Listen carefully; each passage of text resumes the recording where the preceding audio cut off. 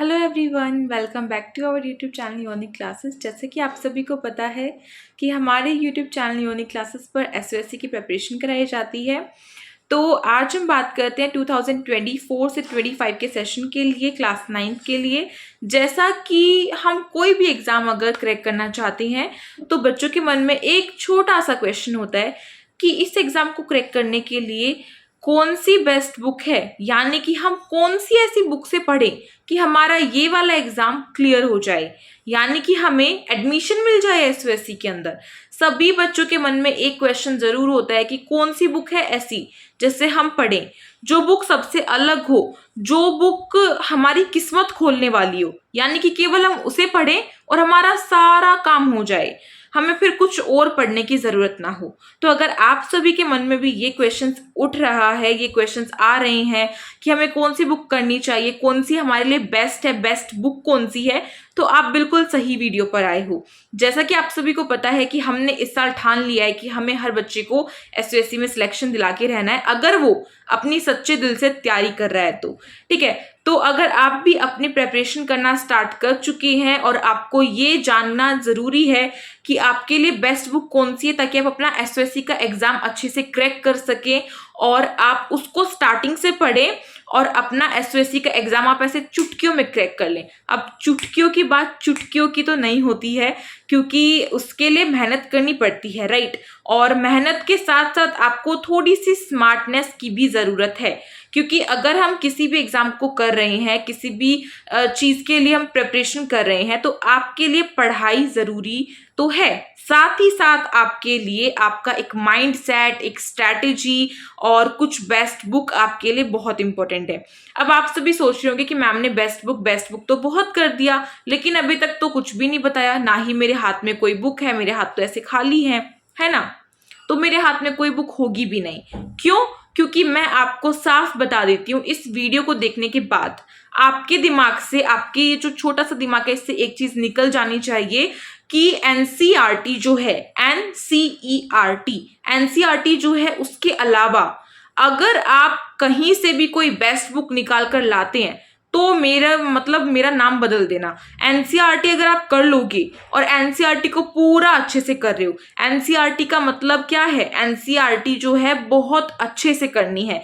यानी कि आपने एनसीईआरटी का नाम सुना, इसका मतलब ये कि आप कहेंगे कि एनसीईआरटी तो सभी बताते हैं, ये कोई नई बात है। नहीं, बहुत अच्छी बात है।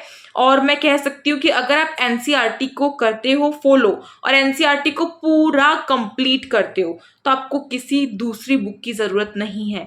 बिल्कुल सही सुन रहे हैं आप। जैसा कि बच्चे कहते हैं कि क्या हमें दूसरी बुक खरीदनी चाहिए, वो बुक इतने की है, वो बुक वहां पर इतने की मिल रही है, हमें कहाँ से लेनी चाहिए मैम, कौन सी बुक जो है बेस्ट है। तो मैं आपको यही कहूंगी, स्टार्टिंग से यही कहती हुई आई हूं कि एसओएससी को क्रैक करने के लिए अगर कोई बुक बेस्ट है तो वो है आपकी एनसीईआरटी। चाहे आप कोई भी डोमेन चूज कर रहे हो अपना एसओएससी में, किसी भी डोमेन के लिए आपने फॉर्म फिल किया है, चाहे वो स्टेम है, वो ह्यूमैनिटीज है, वो पीबी है, वो एएफपीएस है, और यहाँ तक कि वो हाई एंड है, चाहे ये जो 5 आपके डोमेन है इसमें से चाहे आपने कोई भी चूज किया है, अगर आप उसके लिए एडमिशन लेना चाहते हैं एसओएससी में इस सेशन के लिए 2024 से 25 के लिए, तो मैं आपको यही कहूंगी कि आप अपना एनसीईआरटी पर पूरा फोकस रखो, अपने सिलेबस को देखो और अपने एनसीईआरटी को कवर करो। अब आप सभी कहेंगे कि मैम सिलेबस में तो यही बताते हैं कि ये वाला कर लो, ये वाली चीज कर लो पूरी, तो जो चीज आपको सिलेबस में दी गई है, मतलब अगर आपको सिलेबस में बोला गया है कि आपको क्लास 8 का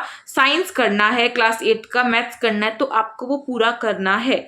यानी कि मैंने बच्चों का देखा है, बच्चे क्या करते हैं, बच्चों को एक क्यूरियोसिटी होती है कि हमें 8th का तो हम कर लेंगे, उनका ये होता है कि हाँ 8th का तो मैं कर लूंगी, लेकिन मुझे उससे एक्स्ट्रा करना है, बच्चों के मन में ये आता है। लेकिन आपको एक्स्ट्रा के पीछे नहीं भागना है, आपको अपनी एनसीईआरटी को इस तरीके से कवर करना है, इस मैं कह सकती हूँ कि बहुत अच्छे से, मतलब अपनी एनसीईआरटी को इतने अच्छे से कवर करो कि अगर कोई आपसे ये पूछता है कि ये वाला क्वेश्चन जो है वो आपको एनसीईआरटी में कहाँ मिलेगा, तो आप उसको पूरा का पूरा पेज नंबर बताओ और ये बताओ कि वो कौन सी लाइन पर है। अब आप सभी कहेंगे कि रटना थोड़ी ना है, नहीं, रटना नहीं है, आपको समझना है, चीजों को समझो और इतनी बार पढ़ो कि आपको वो चीजें याद हो जाएं। रटना अलग चीज है और समझकर याद करना एक अलग चीज होता है। और जितना भी आपने देखा हो, बच्चों ने बताया है आपको, इंटरव्यू सीरीज जो हमने स्टार्ट किया एसओएससी की 2023 से 24 में जिनका सिलेक्शन हुआ है, उन बच्चों ने अपना इंटरव्यू दिया है। हर डोमेन के बच्चों ने अभी तक अपना इंटरव्यू दे दिया है, एएफपीएस को छोड़कर, क्योंकि उसका भी फाइनल रिजल्ट नहीं आया है। तो आप सभी को उनको देखना चाहिए। और उन्होंने केवल एक ही बात कही है कि अगर बेस्ट बुक अगर आप सभी कहीं खोज रहे हैं तो वो आपके बैग में ही है, और वो है आपकी एनसीईआरटी की बुक। आप स्टेम के लिए प्रेपरेशन कर रहे हैं तो आपको साइंस एंड मैथ्स की एनसीईआरटी करनी चाहिए, ऐसी दिखती है कुछ, है ना। अगर आप एसएसटी के लिए कर रहे हैं, ह्यूमैनिटीज के लिए, तो आपको अपनी तीनों जो हिस्ट्री, ज्योग्राफी एंड आपका जो सिविक्स यानी कि पॉलिटिकल साइंस है, उन तीनों बुकों को अच्छे से कवर करो, ठीक है। साथ के साथ रीजनिंग तो हमारा चलना ही है, ओके। और मैं बोल सकती हूँ आपका जो एएफपीएस है उसमें जनरल साइंस आएगा, जनरल मैथ्स आएगा, तो आपको अपना क्लास 8 का साइंस मैथ्स करना है, एसएसटी भी करना है, इंग्लिश भी करना है। इंग्लिश में आपको ग्रामर करना है। उसके बाद पीवीए की अगर हम बात करें तो उसमें अलग अलग चीजें बढ़ जाती हैं, और उसमें मैं कह सकती हूँ कि एनसीईआरटी में से तो कुछ ज्यादा खैर आता नहीं, क्योंकि अगर कोई बच्चा म्यूजिक ले रहा है तो उसको म्यूजिक के लिए अलग से चीजें करनी पड़ेंगी, ठीक है। और अगर कोई बच्चा high and 21st century skill ले रहा है तो उसको भी अलग से थोड़ी थोड़ी चीजें जो है वो करनी पड़ेगी। बाकी आप अपना मेंटल एबिलिटी यानी कि रीजनिंग को अच्छे से करो। और मेरे ख्याल से एनसीईआरटी से बेस्ट बुक आपको कहीं कोई भी नहीं मिलेगी।